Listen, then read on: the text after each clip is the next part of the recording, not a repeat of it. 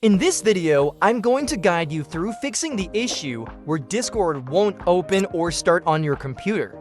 Since there isn't a single solution that works for everyone, we'll go through different troubleshooting steps to find the one that works for you. The first thing you should try is clearing the cache data. To do this, go to the Start menu and search for the word Run. Click on the Run icon, and in the window that appears, type %app.% and hit Enter. This will open a folder. Inside, find the Discord folder and open it. You'll see 3 folders: Cache, Code Cache, and GPU Cache. Right-click on each of these and delete them by clicking on the trash icon.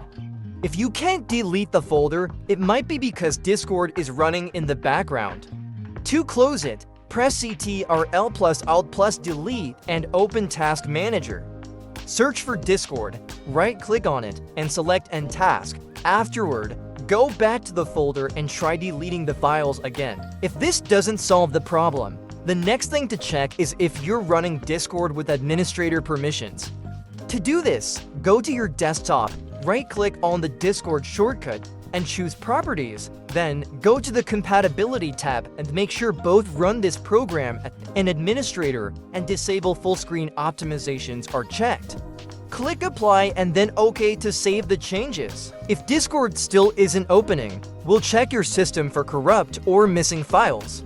Open the Start menu again, search for CMD, and right-click on Command Prompt to select Run as Administrator. In the command window, type SFC, Scano, and press Enter. This will scan and repair any issues with your system files. It may take a few minutes to complete. Next, ensure that your firewall isn't blocking Discord. Open the Start menu and search for Windows Defender. Click on Windows Defender Firewall, and on the left side, select Allow an app or feature through Windows Defender Firewall. Click Change Settings, then allow another app. Select Browse, and navigate to where Discord is installed. If you're unsure where it is, right-click on the Discord shortcut on your desktop and select Open File Location. Copy the file location from the address bar, go back to the firewall settings, and paste the location. Once you find the Discord app, select it, click Add, and ensure both private and public networks are checked. Click OK to save the changes. If none of these steps work, the last option is to completely reinstall Discord. To do this, go to the Start menu, search for Programs, and select Add or Remove Programs. Find Discord in the list, click the 3 dots next to it, and select Uninstall.